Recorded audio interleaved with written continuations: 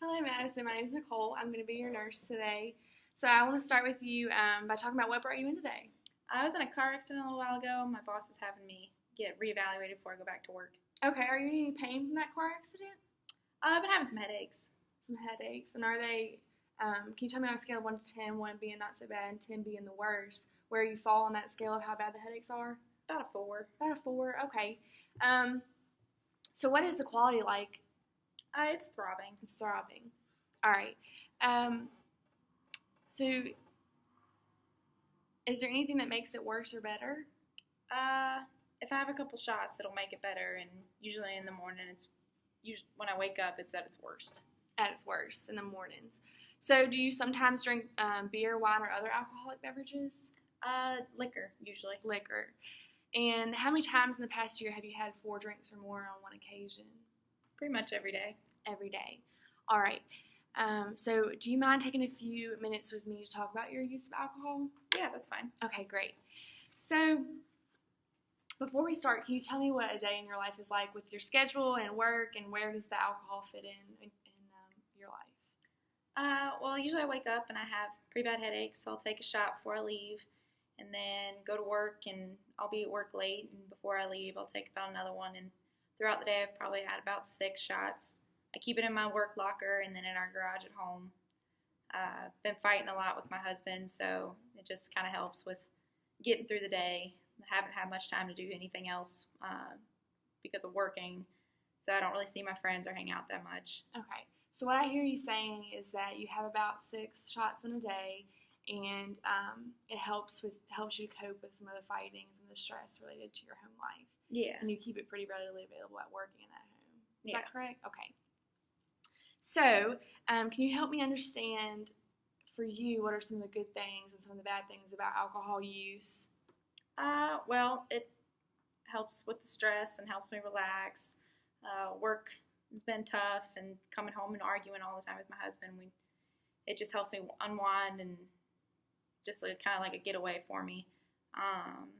But I can see not a whole lot of people notice it, but my husband's starting to pick up on some changes, and my friends have started to notice that I don't do much with them, and they're taking it offensive and thinking that I'm trying to hurt them or because I don't like them anymore, so they're getting mad at me, so it's kind of hurting some of my relationships. Okay. So some of the pros for you would be that it is a stress reliever and it helps you sort of unwind after long days at work. But some of the downfalls are that it's compromising your marriage and some of your friendships and affecting you socially, which your social life is important. Mm-hmm. So I have some information about the guidelines of low-risk drinking, and I would like to share them with you if that's all right. Yeah. Okay. So we know that drinking 3 drinks in one sitting or more than 7 in a week is a risk for injury and illness for women. And it can also cause health problems like liver disease, cardiovascular disease, as well as some alcohol use disorders. So what are your thoughts on the information I just shared? It's kind of scary when you give it a name. All right. So now I want to kind of move to your readiness scale that we use. And this just shows me how ready you are to change this habit, okay? So 1 is you're not ready at all. And 10 is I'm so ready, I would like to start now, okay? Where would you fall on that scale? Maybe like a 4. A 4. All right. So that's great, actually, because that means you're 40% ready for change. And why did you choose a 4 instead of a 1 or, a higher number like an 8? Well, I know that there's some health problems that go along with drinking. I don't think that I've used it long enough to where it could be that dangerous for me. And I know that it has proved to be a problem in my relationships as well as kind of my day-to-day functioning, but it also kind of helps with the stress. So I see more pros in it than cons at times. So just not 100% ready. Okay, so it does sound like, although you're not 100% ready, you do have some important reasons for change, like you mentioned, your marriage and your friends, and those are important things to you that you would like to invest more time in. So what are some options or steps that you think will work for you to restoring yourself to a healthy and safe life? Well, I've used AA in the past, and it worked for a little bit, but this is a little different than that one time. But I can't really talk to my friends or my husband about it, so I don't know, maybe like having someone to talk to, somebody like a counselor. Okay.